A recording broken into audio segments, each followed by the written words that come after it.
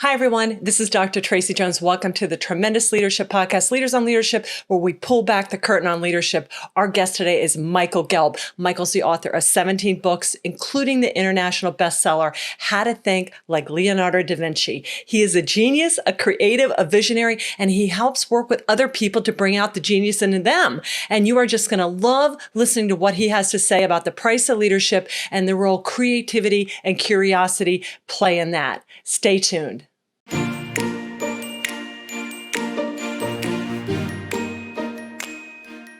You're listening to Tremendous Leadership with Dr. Tracy Jones. Hi, everyone. This is Dr. Tracy Jones. Welcome to the Tremendous Leadership Podcast, Leaders on Leadership, where we pull back the curtain on leadership and talk to leaders about what it took them to pay the price of leadership. And today, I am so excited. Our guest today is Michael J. Gelb. And Michael is the author of 17 books, including the international bestseller, you're going to love this title, How to Think Like Leonardo da Vinci. His books have been translated into 25 languages and have sold more than 1 million copies. Michael is a senior fellow of the Center for Humanistic Management, the Gabelli School of Business, and a member of the Leading People and Organizations Advisory Board. He serves as an executive coach and a consultant for high performers, and I've watched some of his YouTube, and he speaks to all different ages. Michael, we are so honored to have you on the podcast today. It's great to be with you. Thank you. I can't wait to hear what you're going to say about this. So, this is Leaders on Leadership.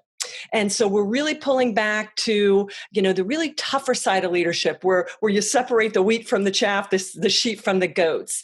And my father wrote this little gem called The Price of Leadership. And he was a tremendous leader, but he was very pragmatic and real about, leadership is joyous and jubilant, but it's also really tough and sad and lonely. And that's one of the things he talks about is the price of leadership is loneliness. And we've all heard that, it's lonely at the top kind of thing. But can you share with me, either as from your studies of studying Leonardo da Vinci or you growing your business and sharing with other leaders, what does loneliness mean to you? And what advice would you have for leaders tuning in that are kind of in that lonely space right now? Yeah.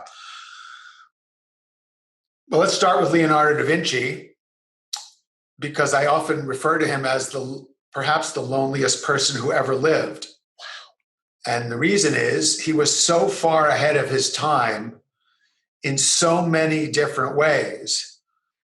So he did have mathematicians he could talk to about mathematics, and he had other painters he could talk to about painting, and he had other anatomists that he could talk to about anatomy, and he had other inventors that he could talk to about invention. But I don't know that there was anybody he could talk to about how all of that fits together and the things that he saw. I mean, he wrote in his notebook, well before Copernicus, Leonardo wrote in his notebook, Il sole non si muove, the sun does not move, at a time when people thought that the sun moved around the earth. He figured it out. So he invented, this is my favorite element of Leonardo, all his great inventions. He invented the parachute before anybody could fly. And hundreds of years later, literally it was just about 25 years ago, a British skydiver built Leonardo's parachute. Wow. Based on the instructions Leonardo gave in his notebooks from 500 years ago. Mm-hmm. And he went 10,000 feet up on a hot air balloon. He had a modern parachute on for backup, but he didn't need it because Leonardo's parachute actually worked. So if you think about it, what was Leonardo doing? He wasn't just trying to achieve an objective, which anybody in a leadership position is obviously always trying to achieve multiple objectives and right. helping other people define and achieve objectives and coordinating that achievement into a big picture, but also then thinking about what happens not just when we meet obstacles, but what happens when we succeed. How do we deal with success? A lot of people they're really good at overcoming challenges and difficulties, but many leaders discover, oh my God, now what do? I'm successful. And I'm sure they have an existential crisis because they didn't think, okay, now we're flying. How do we get back down? Wow. Remember when President Kennedy made this great leadership objective about we're going to get a man to the moon by the end of the decade. And it was great when if you talk to people at NASA at the time that this was stated at the highest level, it wasn't stated equivocally. It wasn't, hey, NASA, let's try to get a man on the moon. Let's see what we can do. Give it your best shot.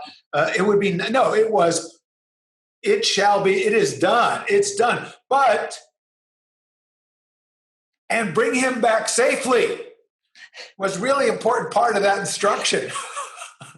So it's a mantle of vision, of response. It's where loneliness, all these elements that your father so presciently and articulately shared with the world many years ago. I remember he was a legend when I was coming up. That's right. In the NSA, yeah. So I would be around, and I spoke to groups who had him previously. So I got to be in. I guess we all get to be in a very lovely way in the wake of the wonderful, tremendous insights that he shared with the world. But I think that's another element. It's the first principle for thinking like Leonardo. In Italian, it's curiosità, and it means never-ending curiosity. And it's another characteristic of leadership and it does generate loneliness, because a lot of times, especially when there's success, people are satisfied. They're not continuing to ask questions. Leaders are always asking, well, what haven't we thought of yet? Mm-hmm. How can we do this better? How can we do this more intelligently? How can we engage more people? How can we create greater benefit for the communities that we serve? Mm-hmm. How can we uplift all of our stakeholders, not just our shareholders?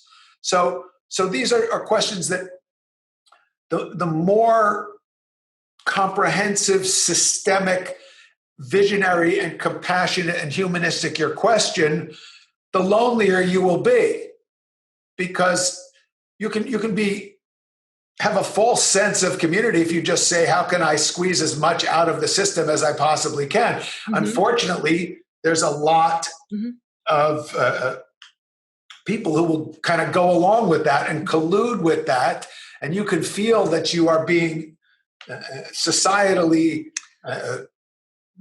sanctioned to do this because that's just what everybody else. But I don't consider that real leadership. I don't consider extracting wealth from the system for your own aggrandizement or the aggrandizement of a select group of people to be leadership. So that's when I talk about leadership, and this is where the visionary part and the loneliness part, and I think you're going to ask me about some other parts too. I really can't separate them. No, absolutely, and they do thread into it. And I love that you called him the loneliest man in the world, because a leader is nothing without their followers. But as you so hit it, you may see things before other people see them, and you also hit on the point about extracting wealth for your personal benefit. I call that SOB, self-orienting behaviors. And you're an SOB, and they're like, what? I'm like, self-oriented. That's a very sophisticated, non-judgmental, psychological term with a nice shot of judgment in it. Very cleverly done. I like that. Truth and love, right? Yeah. I'm going to borrow that. Yeah. You're welcome. But that is so good, because, you hit on it. He just had this curiosity, not for himself or to build something for himself, but to know the unknown. And that's such a beautiful thing, because everybody that tunes into this just gets, and my dad's whole focus wasn't, being a successful speaker is great, but to just encourage that love of learning up until your very last breath. And it's tough. I think of Monty Python, where they were like, my brain hurts, where you got to think. And it's like, yeah, it's tough, but you got to exercise the mental muscle. But you hit on I love the loneliness, and I love that, but you don't want to be too aloof. Like if nobody's following you, you know what I'm saying? But who did he have as his staunchest advocates? Can That's you a great question. Yeah. because you can't just go lone wolf your whole life. Not even Jesus could do that. You gotta, no matter how brilliant you are. I think about What About Bob when oh, Bill Murray was like, "You're just a balloon, and we're the ropes hanging off to his shrink." But who did he have with him to kind of advocate for him and keep him going and infused? Well, he figured out something that, fortunately, I also figured out early in my career, I guess inspired by Leonardo. Mm-hmm. You have to have a patron. I call them advocates, but I love that patron. We just did one on Joan of Arc. You got to have a patron. I love that. Yeah. So he started out, the Medici sponsored him in his early days. And then when he was 30, he wrote what is probably the most famous employment application letter of all time. It's in the beginning of my book on Da Vinci. Okay. He writes, so he'd been working for the Medici company based in Florence, and he wanted to get a job with the Sforza group based in Milan. So he writes this phenomenal letter to Ludovico Sforza, the Duke of Milan, basically the CEO of the Sforza group, and he lays out for him all of the ways that he can serve the Sforza group, and it's quite remarkable. And then he went for his job interview, and because he's Leonardo da Vinci, he makes by hand a musical instrument out of silver. What? He plays a spontaneous composition for the Duke, sings for him, plays, and then gives the instrument to the Duke as a present. So the Duke said, "Let's find something for this young Leo." And you said 30 when he was at that 30, stage? yeah. Wow. So for the next 17 years, he was under the patronage of the Duke of Milan. Mm-hmm. But then the French invaded, and the Duke had to flee Milan. Leonardo lost his patron. He went down to Rome, and the Vatican was effectively his client for a while. Mm-hmm. But then his ally in the Vatican passed away. So for a while, he was in the middle of Italy under the sponsorship of Cesare Borgia. Then he found himself back in Florence, another period in Milan. And then he spent the last 3 years of his life in France under the patronage of Francois I, the King of France. Mm-hmm. And Leonardo's official job was philosopher to the king, which is kind of how in my work as a consultant and executive coach, people put me on retainer, philosopher and executive leadership coach to the king, AKA the CEO. That is so cool. I love that. And that's really important for the leaders out there.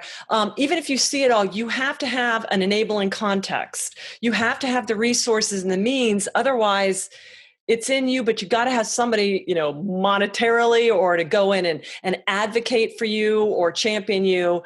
But I love that. That's so important for leaders. And if you're in an organization where as a leader, you see these things, but you're not getting met with support, then you need to go. Or we've all had great leaders who we love more than anything, and then they pass away or they get transferred out. And so this is just part of the leadership journey. You may have the person that has your back like nobody else, but they may not always be there. So you got to be very much so. And building, and it's one of the things, because I've worked over the years, many years with, I've actually worked with people who were identified as fast track high potentials in a company. I worked with them. I did leadership development training and coaching for them. They've now risen up, become EVPs, CEOs. They're retired, and I'm taking the next generation up through the same process. Mm-hmm.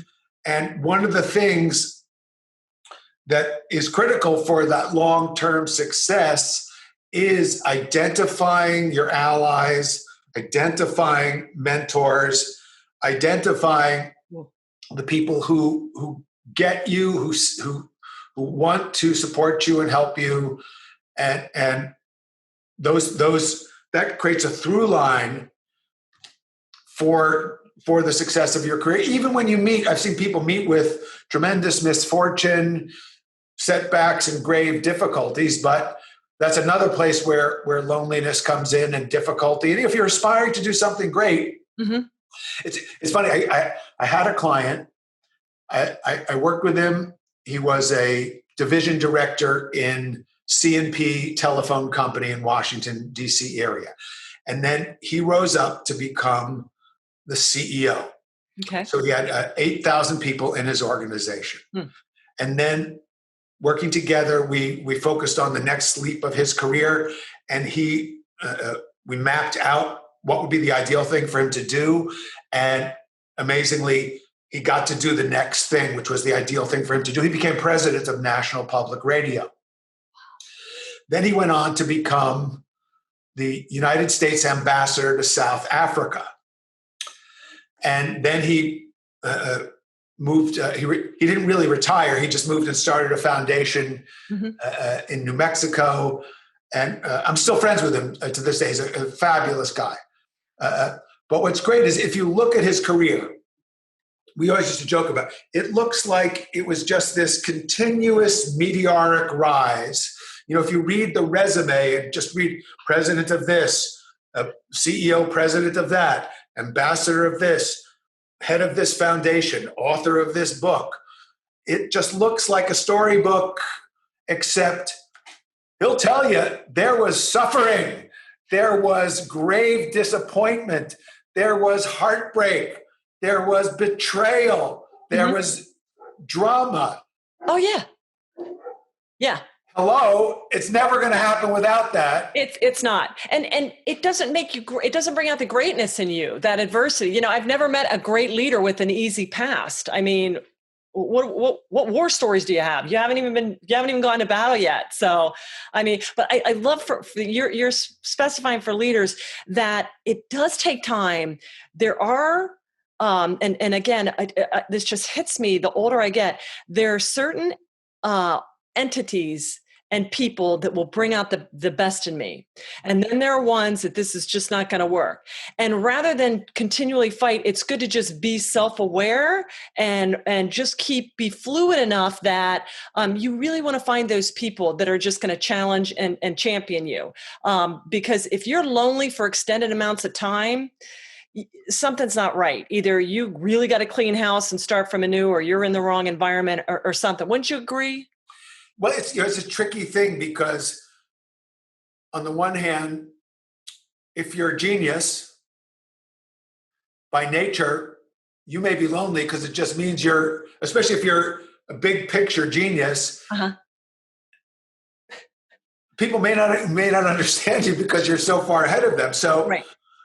I try to help my genius clients or my aspiring genius clients also develop. This is a critical missing link for a lot of people. It's one thing to generate great creative ideas. It's one thing to come up with, the light bulb or the phonograph or the movies, all of which Thomas Edison did, by the way. It's another thing to get people to buy into your vision. Right. Well, that's leadership. Yeah, you can be a leader and have all those great ideas leading out of your mind, but leadership is, does everybody else catch a vision? And so how do we get people to buy in? So that I've written 2 books about that because that's how important I think it is, because I've written a lot of books about how to be creative, get genius ideas.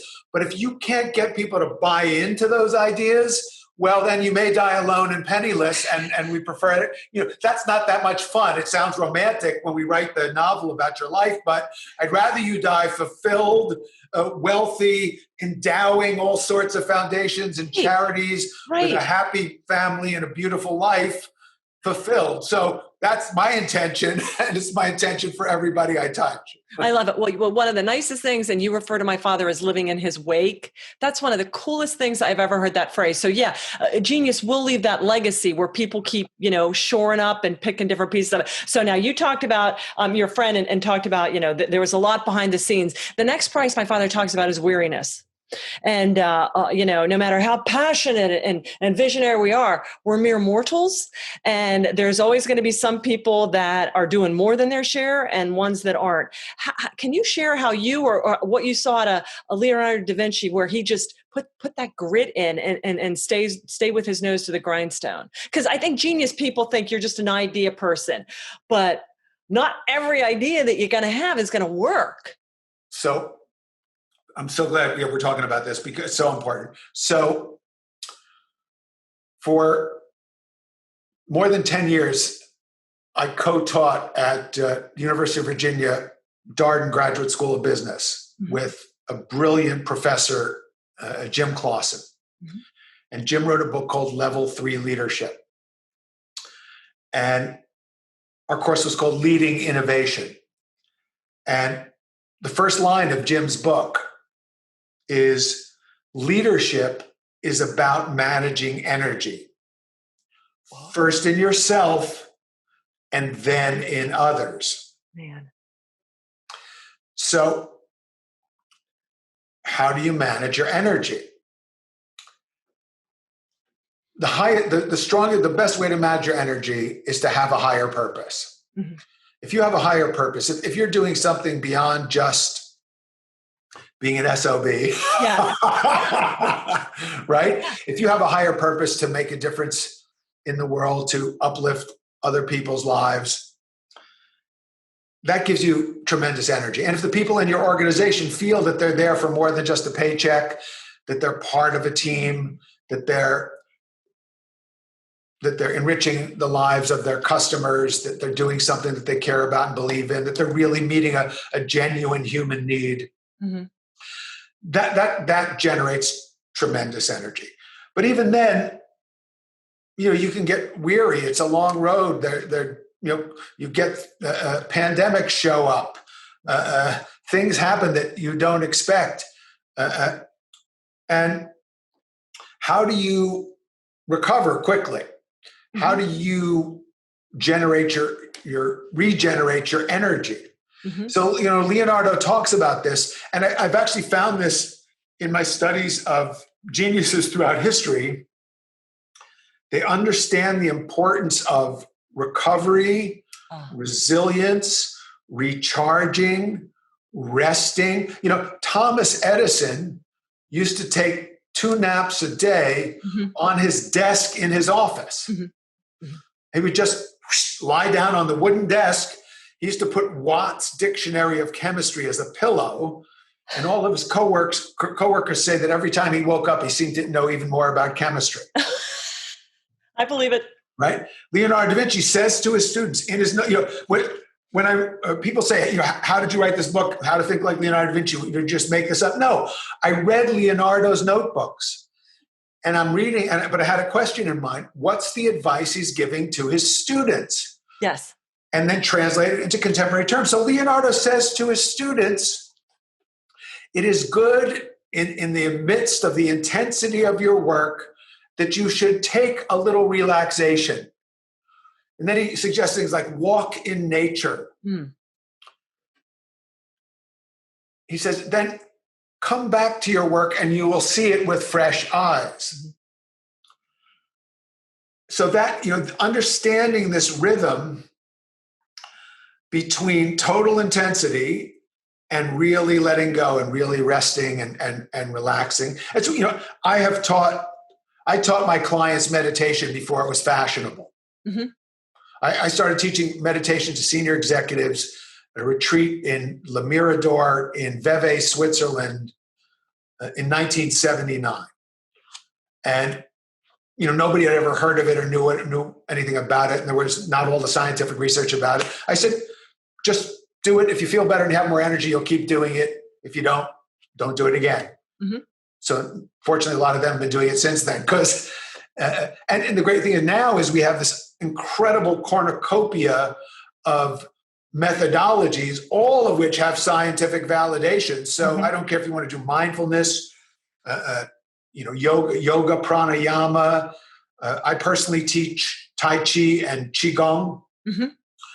From Chinese lineages, thousands of years old. just have some kind of practice that's an efficient way to recharge your mind and body. Mm-hmm. Walking in nature. I mean, so this is not stuff I just put in my books or write about. We live near the Rockefeller State Preserve. I walk in nature every day for an hour. Right. Shut off the phone, shut off the device, listen to the sound of the birds. Mm-hmm. I listen to, we have at the moment, we usually choose a theme like a composer, and we wake up in the morning and we're putting on Bach, and we have Bach playing in our house. I mean, I'm going to do my Tai Chi Qigong practice. I do, every day I invest anywhere between a half hour and an hour. Mm-hmm. So yeah. Got to do it.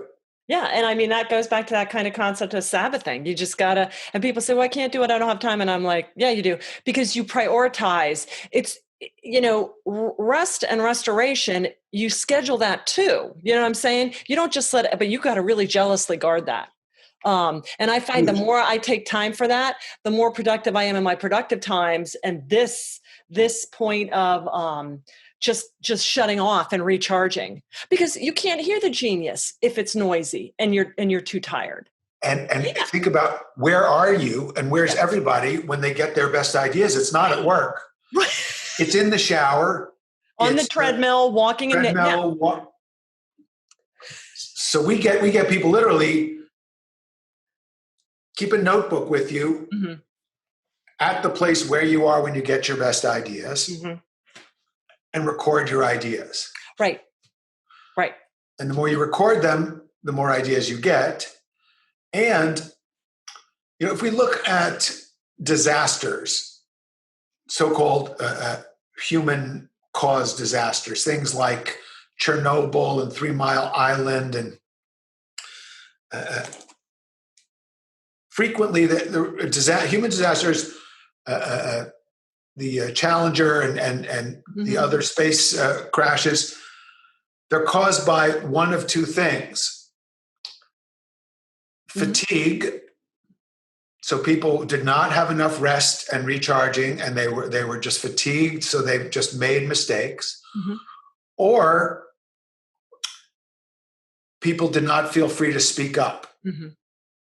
There was not an environment of psychological safety. Right. So those are your two causes of what's going to cost your company the most money. What's going to result in you making the biggest mistake in your life. So instead, make sure everybody is well rested and ask everybody for their ideas regularly and really listen. Mm-hmm. Not that complicated. Right. Well, and that is draining and I know everybody listening here is a critical thinker and expressive. And I notice some of the times where I get the most drained is not because I'm doing the most work, but I feel like I'm just hitting my head and going, hey, if we don't pay attention to this, look, I was in the military. I know how to shut up and color and salute smartly. But like you said, I think I read and said about the Challenger, when it's going towards the end, and that's a real draining atmosphere for a leader or a genius to be in when they're not validated and listened to. Terribly frustrating. It sucks the life. It sucks the life. I was I was blessed to be invited to speak at last year's Global Drucker Forum in Vienna. And I was on a panel with Amy Edmondson, who wrote the book on psychological safety. And she told this story.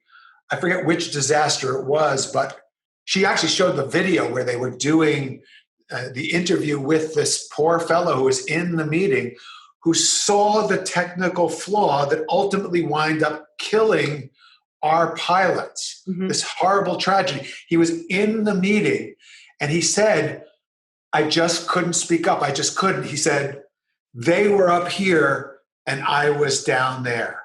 And if you looked at the body language and the demeanor and the voice tonality of the so-called leaders who presided over that meeting, they were not receptive. They did not ask. They did not invite. They did not listen. So it is so critically important. Here's the other thing too. Leadership, a democracy of ideas doesn't imply a democracy of decision making. Mm-hmm. We still need, a commanding officer in the field who has to take accountability for the decision. Right. But that commanding officer, a good one, as General Stanley McChrystal tells us in Teams of Teams, will ensure that there's shared consciousness, that there's empathy, that we understand, that we're communicating across functions so we know what everybody needs. And that's part of the challenge of the leader, is to understand the needs of stakeholders and balance the needs of all the different stakeholders. And you don't know those needs unless you are empathic, unless you're curious and humble. Mm-hmm. Mm-hmm. And the thing for leaders is too, in the geniuses, they probably have, because they see things that other people may not see. Like you said, it's that empathic or whatever you want to call it. But we always tell people nobody can make you do anything illegal, immoral, or unethical. And so even though you may not be listened to, it's still, as leaders, especially the creative ones, speak up. And then you make the decision, I'm not going to stick around. I mean, you've probably been in that situation too, Michael. I've been in a lot of organizations, and it wasn't because I left them because I was bad. It's because there was some kind of value congruence for my convictions and what was going on. And, I respect somebody saying, well, I felt like I couldn't say anything, but boy, you better just at least say it. And then you can say, I know I'm going to get fired, so here's my resignation. But I mean, I think as leaders, you really, or geniuses, if you do, you just need to keep saying it and say, it's America. What are they going to do? Throw you in jail? It's not other countries where they do that stuff. So, I just think it's really important. Now, maybe back in Leonardo's time, it was different, where if you went against the sanctioned wisdom, but I mean, you said that word, societal sanctions. And I think we're kind of in the realm where that's kind of happening again here. And Sure. Geniuses need to be free to speak and courageous, because it takes great courage. Einstein went into that. It takes great courage to be a genius, because everybody else is going to think you're an idiot, or you're wrong, or you're a fanatic, And that's the thing, is you're lucky, like Einstein, they really did think, he's a patent clerk. He doesn't, what is this? This is rubbish. This is nonsense. But then his theorem predicted actually happened. All of a sudden, oh my God, you're the greatest genius. Here's the Nobel Prize. Wow. When we used to live in Santa Fe, New Mexico. Oh, and I'm so jealous. It was, we were there for 10 years, a magical place. Oh. And we became good friends with Murray Gell-Mann, who won the Nobel Prize in physics for coming up with quarks, the smallest particle. No kidding. Yeah, his license plate was quark. And he's a really cool guy. So we used to have these salons at our home, and we'd invite all sorts of clever people. We'd drink great wine. We'd have fabulous food. And we would talk about the nature of creativity, genius, leadership, all of these kinds of topics. And, Murray, once you win the Nobel Prize and you're famous and validated, but he would tell us what it was like when he was struggling in his mind to come up with, he did this all in his mind. This is theoretical physics. Uh-huh. This is in his mind. He's figuring out the fundamental particles that make up the particles of atoms. Mm-hmm. And he's working the math in his mind, and he's laying it all out, and he's in squabbles with his colleague Richard Feynman, another genius physicist, and they're kind of, because so far they're just these two very clever guys, but who knows? Right. So Murray comes up, he publishes his equations, and again, 2 years later they built the super collider where they suddenly smashed the atoms together. They went, oh look, Murray's right. Mm-hmm. Now you're a genius. Oh my God, we love you. Here's fame, here's money, etc. Except if they never built that collider, so there's some degree of maybe you get recognized, right? Maybe you don't, right? Well, and I'm glad you, because that was the point. And back to the space shuttle thing, then that was different. That was more, do I speak up versus do I create, which are totally different things. But yeah, the genius has to say it regardless of the outcome. I mean, the outcome is, Right. I mean, it's just like I just got married and I finally had to go, I'm not going to think about, I'm going to do it. And then I'm going to work the outcome. You know what I'm saying? You got to go. Yeah.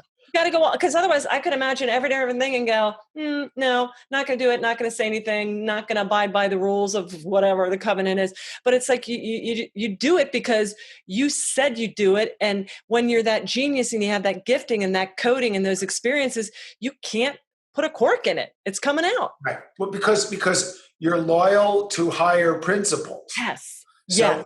like, what are the principles that genius is loyal to? I'll tell you, there's three. Mm-hmm. Truth, beauty, and goodness. Nice.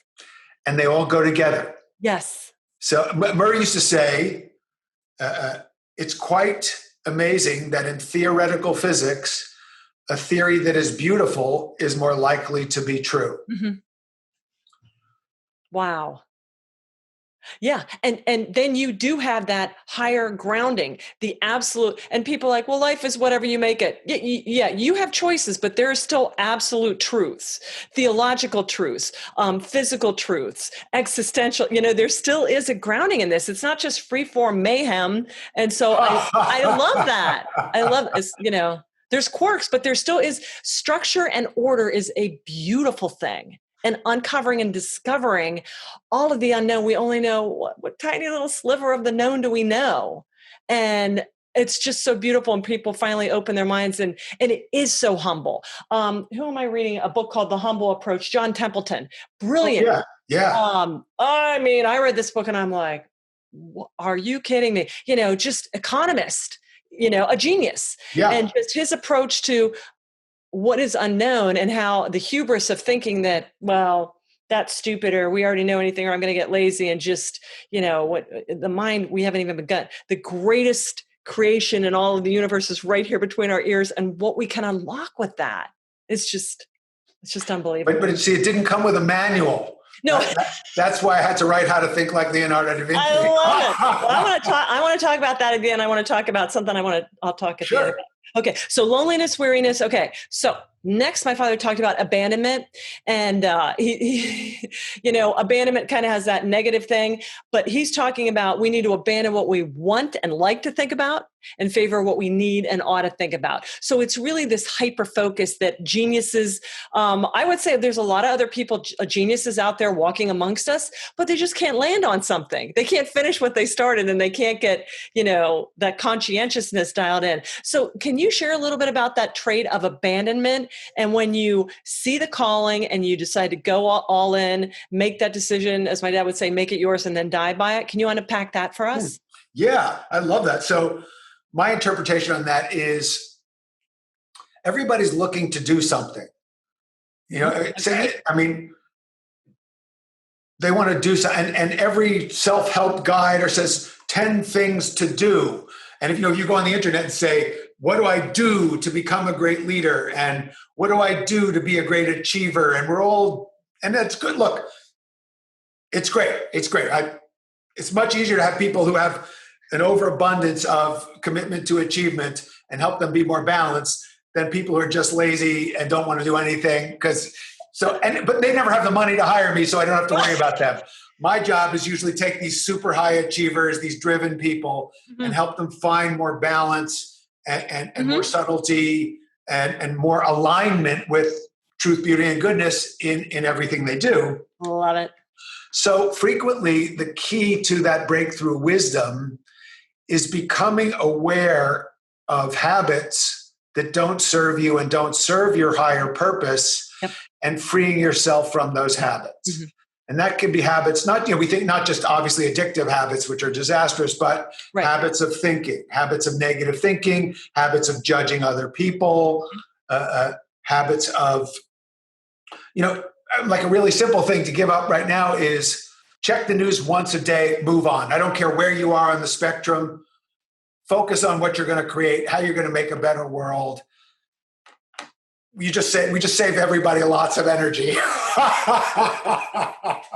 Put that energy to making a better world. Tell me what your solution is to whatever bothers you.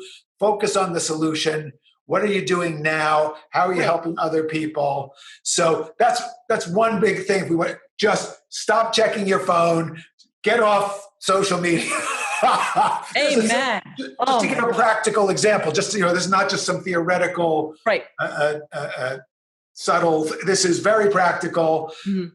It's what you stop doing and liberates your energy to do. One of my favorite philosophers said, when you stop doing the wrong thing, the right thing does itself. Oh, man.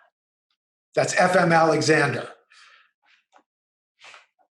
That is absolute gospel truth. Oh my gosh. I love that. And I love how you put balance, subtlety, and alignment. And, abandonment, people are like, oh, what do I have to give up? I have to give up watching the news and binge watching Netflix for 3 days until I get thrombosis or a blood. No, you give up, you abandon things that are non-value added. And boy, if we were like billable minutes in our day, like a lawyer, I'm going to break apart and bill myself for, how much non-productive or time wasted would we have?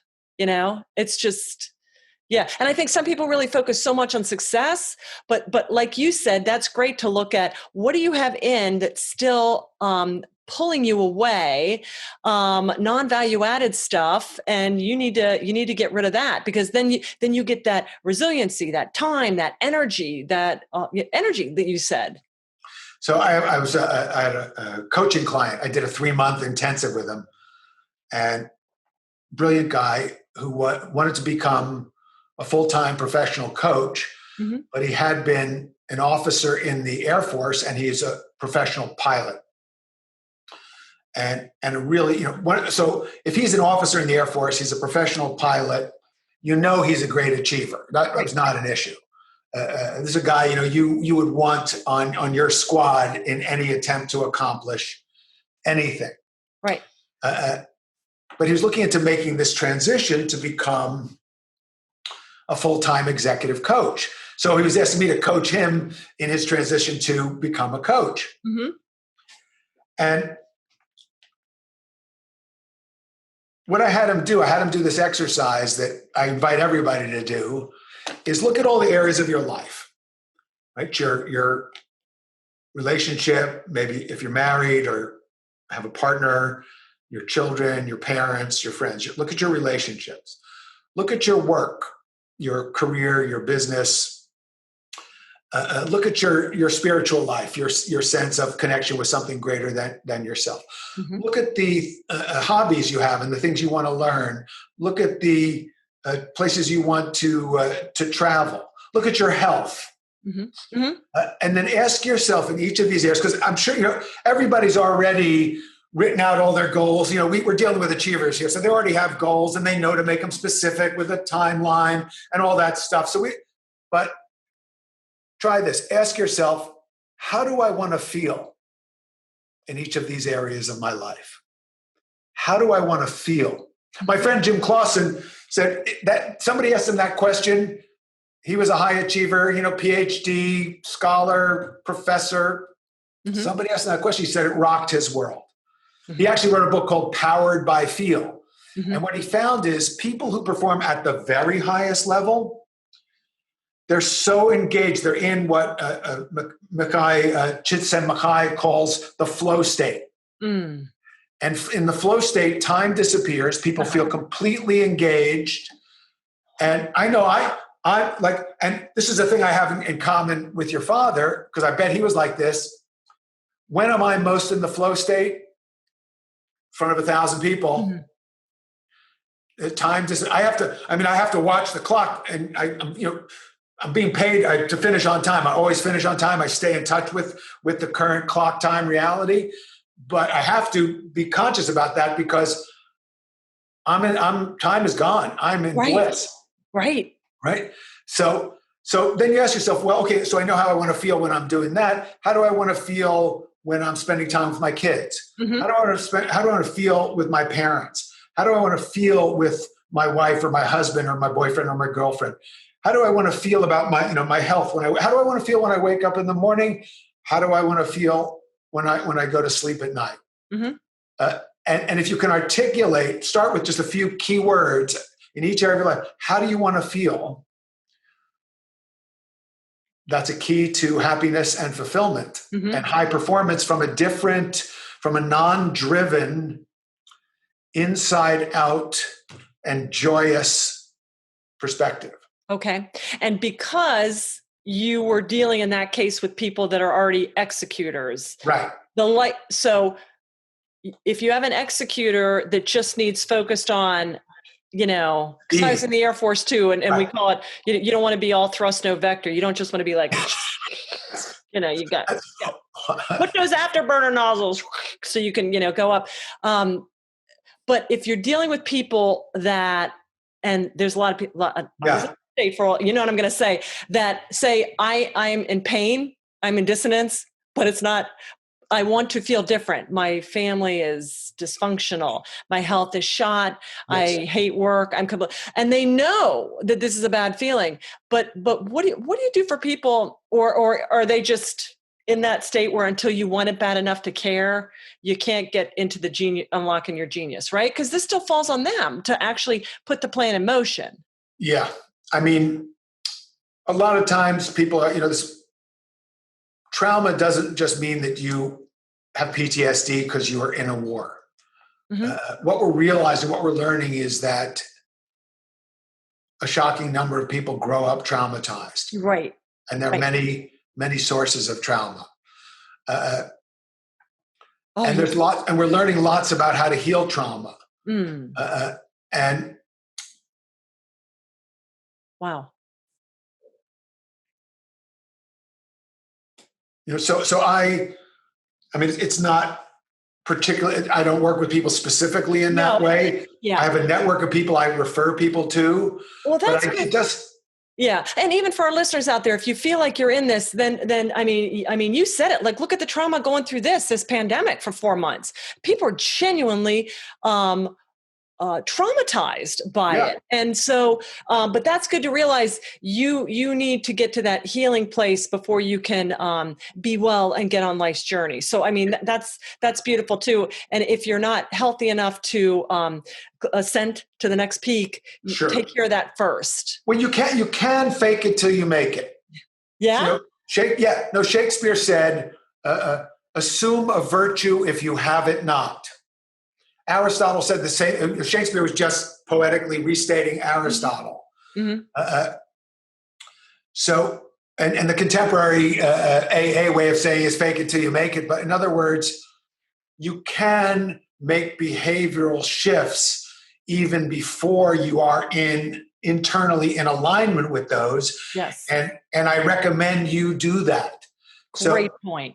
So in other words, act as though you were functional and take small things. Right. Don't try to solve everything all at once, because you'll just get more depressed. And it comes back to what we were talking about before too, is find restorative practices. Mm-hmm. Nature will help heal you. Yes. Go to nature, breathe in and just be receptive. Mm-hmm.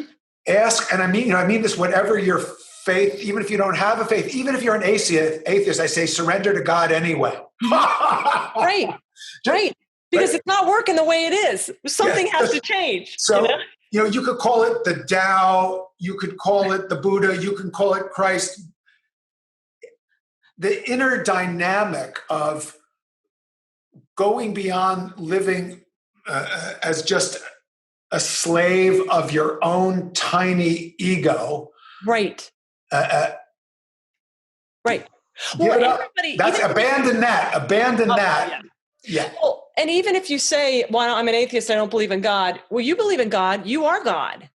I mean, and that can work for some people, but I mean, you got to plant your flag somewhere. And again, you went back to that, the overarching purpose. And my dad used to say that. He's like, look, if I'll share what does it for me, but you have to make up your own mind who you're going to live your life for. And if it's yourself, then go all in. And if it's not, then you find that. But a lot of the research, even the secular research, and you know this because you're in the same world I is, the greatest thing you can do to pull yourself out of a nosedive or depression or set your vision, and we're going to talk about that next, is to take your eyes off yourself. And I don't care if you're the most hardcore, think you can run the world. It's a universal law. Right. It's another way to say that is focusing on yourself is a loser's game. Yeah, it is. It's a loser's game because you're going to die. Right. You are right. It's over. You can't take it with you. Right. The winner of the rat race is still a rat. Right. Right. I love that. Yeah. Okay. So let's talk. Okay. The fourth price is vision. And my dad would always say, because, my dad flunked out of school in the 8th grade and was not a formally educated man, but man, was he wise, because he read and absorbed like a sponge. And then he poured it back out, because if you pull it all in, it's like the Dead Sea. You just get all stinky and salty and nothing floats, But he would say that, vision is nothing more than just seeing what needs to be done and doing it. And that's where I love that when you talk about engagement, because so many people do see what needs to be done, but they're like, no. So how do you talk about Leonardo with his vision, or how you gain in your business and your walk? What does vision mean to you? And how do you grow in vision or wisdom? Well, I think it's by asking the question. This comes back to for everything. That's why curiosità is the first principle. The questions we ask every day determine the quality of our lives. So, wow. Visionaries ask questions about vision. Wow. Not just, I ask questions. I love food. My wife and I discuss what's for dinner. It's one of our favorite conversations every day. We, plan it. I mean, that's part of my vision for today is the fabulous buffalo burgers we're going to have for dinner tonight. That's awesome. Right? Because the questions you ask determine the quality of your life. So on that level, that's the appropriate question. And then asking questions, how will I bring more truth, beauty, and goodness into the lives of everyone I touch today? I'm engaged right now. I'm pointing that way because that's where New Jersey is. Mm-hmm. And my mom and dad, my dad's 93, my mom's 89. My dad's been having some health issues. I'm interacting with my brothers, with my mom, talked to my dad today. We're all coming together as a family. So some of my questions are, how do I best care for my mom, my dad? Because you always say, the person who's sick, everybody looks at that person, but the wife or the husband of the person who's sick is maybe suffering even more. Mm-hmm. So you have to, and then it touches the grandchildren, it touches the brothers, everybody, the whole. So it was interesting. Earlier today, I was doing a meditation. I was just praying for my dad, but I realized, I have a special love for him. Obviously, he's my dad. I love the guy, but I was thinking, how can I, the intensity of love for this person, and then I was envisioning that love just spreading out to all of humanity. Oof. That we all be healed. Mm-hmm. So that, to take like the personal thing that it's, there's nothing more personal than the illness of a loved one or your own illness. So you pray, it's fine. Pray for your own immediate needs and circle. But what if, as a visionary, what if we extend out our love to all and mm-hmm. not just the members of our little pack? And this is the teaching. Again, this is the universal teaching. Mm-hmm. So that's a visionary kind of question. Yeah. And we get clients in very practical terms who say, what's the higher purpose of this company? Right. I have a client, I'm pointing to New Jersey again because the client's in New Jersey. I have a client who remediates mold and asbestos. And, it's a great business and it's a service business. I mean, if you have mold or you have asbestos, you're really glad you know these people mm-hmm. because, you won't be sick anymore and your mm-hmm. building will be safe and so on. But I've worked with the CEO and the leadership of that company, and they've really defined a higher purpose, which is taken everything they do to a whole other level. Mm-hmm. Their purpose is to enrich all the communities that they touch. And so they give to charity. Right. They pay people for community service days. Yeah. So that everybody comes to work every day with more energy, because my job isn't just, get these mold samples. Yeah. My job is serve our communities. Right. Right. Well, 100% of the people that I've interviewed, to include you, tied vision back to helping others, serving our fellow citizens. Our small group Bible study yesterday, you talked about that verse. It was in 2 Timothy, love covers a multitude of all sins. That's it. I mean, it is the universal truth. And I just love that you put that in there, that no matter what it does, it goes to the higher good. And don't you think, and I love how you said, just don't even turn off. I mean, I cut the cord. I haven't watched the news since like May of 2014. See how smart and happy I'm actually getting younger and smarter and more peaceful. I'm like, oh my gosh. But it's just one of those things. Whenever I hear people complain or whine or poo-poo on the world, I'm like, you have no idea. For every naysayer out there, there are 10,000 people serving the community. It's remarkable. So shut up and get out and quit hashtagging and regurgitating and verbal vomit.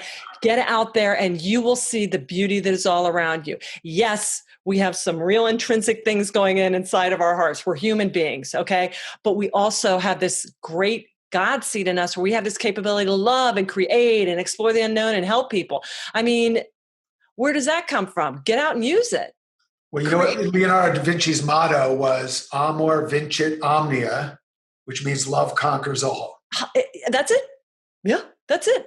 That's so beautiful. All right. Okay. So Michael, anything else as we're wrapping this up that you would just like, this has been absolutely fascinating, that you would like, that we haven't touched on, that you would like to leave our leaders on leadership with some of your thoughts? Sure. So if you want to get good at basketball, for example, you might watch films of Michael Jordan, like, for example, Kobe Bryant did and LeBron James did. So now kids grow up watching Kobe or LeBron, and next it'll be Giannis and Kawhi and so on.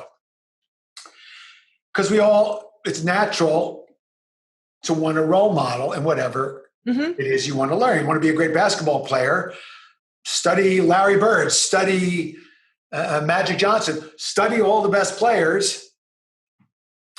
If you want to be creative, visionary, study Leonardo da Vinci. Yeah. Create, but you don't have to limit yourself to just Michael Jordan or just Leonardo da Vinci. Create a dream team of visionary, inspirational leaders. So you're blessed. You grew up with one as your actual father. Yeah. And he's been that for many, many, many people. It's tremendous, right? So now we have, I'll tell you what I do. I'll tell you this. So one less, it's a practical thing people can really do. If you look at the feed on my YouTube, it's all spiritual teachers, geniuses, okay, some sports and some comedy. But I'm just studying with sages from all traditions, from physicists, from scientists, from poets, from singers, from Bach, from Mozart, from the greatest geniuses who've ever lived. And that's what I fill my brain and my heart and my soul with every night before I go to sleep. So it's free. Now it's free. I mean, you might have to watch a couple of commercials if you don't buy the subscription, but basically it's free. You have all the knowledge of humanity. So more than ever before in human history, this is critical. Become the curator of your own soul, and the curator of the soul of your family and the people who you touch. Man, I'm glad we're recording this because I scribbled down a lot. That is absolutely beautiful. And as my dad would always say, you'll be the same person 5 years from now that you are today, except for two things: the people you meet and the books you read. And even if they're gone on to glory, you can still meet them. My dad says that's why my dad loved biographies and autobiographies. He's I knew Lincoln and those guys better than their own mothers knew him. Because he, like you, probably knew Leonardo better than his own mother did. Because read so much about him. Big time. I Big love time. that. And so build that dream team. And again, Yeah. it takes work, but it is so, and I encourage people, if you're like, I'm not a reader, I'm blah, blah, I'm too old. You know what? It's just like anything else. Learning and being curious and inquisitive and developing that higher order thinking is you start here and every day you get better at it. And it's more liberating and it's more fun. In the beginning, exposing your ignorance is like, oh man, I wish I would have known that. But then it's like, so what? Better late than never, on to the next breakthrough, Probably 1 second before I emigrate to heaven, I'll be like, oh yeah. And then and everything will be made clear to me for once and for all. Amen. Amen. Well, Michael, how can people get in touch with you? The best way is michaelgelb.com. That's Gelb, michaelgelb.com. Or if they're interested directly in my leadership coaching work, they can go to healingleader.com. Love it. So michaelgelb.com is all my books and speaking and consulting, and healingleader.com is executive coaching. But they can come to me either way and we can do it all. I love it. Hey, so Mr. Visionary, didn't your brain get an award for being like one of the best brains ever created in all the world of brains? Oh, here it is. Let's check this out. It's my brain of the year. Website. That is so cool. Is that cool or what? Yeah, I'm cool. That is so cool. Are you a sci-fi fan? Not really. I'm a sci fan. Okay. Well, that reminds me of I'm a nonfiction science fan. Yeah, Prometheus with Ridley Scott, the alien, that kind of. Oh, okay, yeah. But it was really cool. Anyway, so no, I saw that statue. So, what is next for you? What where are you taking this next chapter of your life? Other than having a beautiful dinner with some great wine. Yeah. Which is totally awesome. I mean, even if it's that every day for the rest of your life, I applaud you, sir. Oh yeah, no, that's how we roll. I mean, so I've got a couple big things.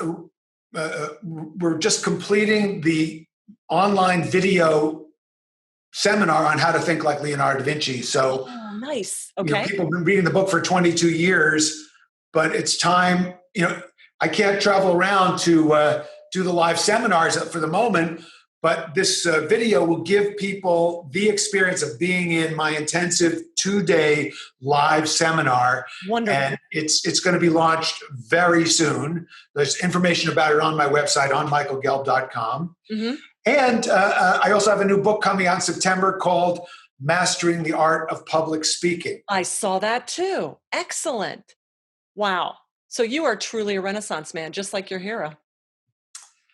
We're working on it. Okay, so before I say goodbye, have you seen those series of little life-changing classics that we put out there, the little booklets? There's 32 of them. It's like Lincoln Pat. We just did one on Joan of Arc. But I think we should do one on Leonardo da Vinci. Well, let's collaborate. Yeah. Okay, so I will talk to you after this, but that would be so beautiful because we always pick the greats or, Acres of Diamonds, As a Man Thinketh, Message of Garcia, that kind of common denominator of success, some of the old timey seminal thinkers. But this would be so cool to get Do you have Thomas Edison in there? No, and so I wrote him down too. But I wrote Innovate Like Edison with Thomas Edison's great grandniece. He should be in there. Awesome. I wrote a book about 10 other geniuses. I've got Thomas Jefferson. I've got Plato. I've got Brunelleschi. I got Queen Elizabeth I. Oh my gosh. Gandhi.